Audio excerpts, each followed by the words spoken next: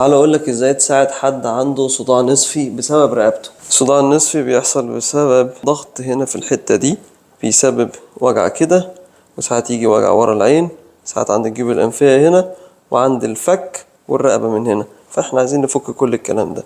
التكنيك الأولاني اهو، انت بتحط ايديك الاتنين كده وتزق لفوق. ده التكنيك الأولاني، واحدة عند الفك واحدة عند الرقبة، وبتزق لفوق. بتزق بطريقة تكون مريحة، ما تكونش مزعجة ومؤلمة، وتثبت 10 ثواني وتريح. تكررها 20 مرة. التكنيك التاني بتدوس بإيديك الاتنين هنا اهو، جنب وورا الودن، وتدوس لتحت وتنزل لتحت كده.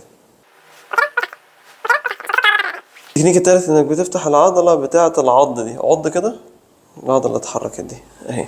تحط ايد كده وايد كده وتروح فاتح لبره كده بطريقة جنتل، او بالكفين كده وتروح فاتح لبره كده بطريقة فيري جنتل، توسع العضلة دي.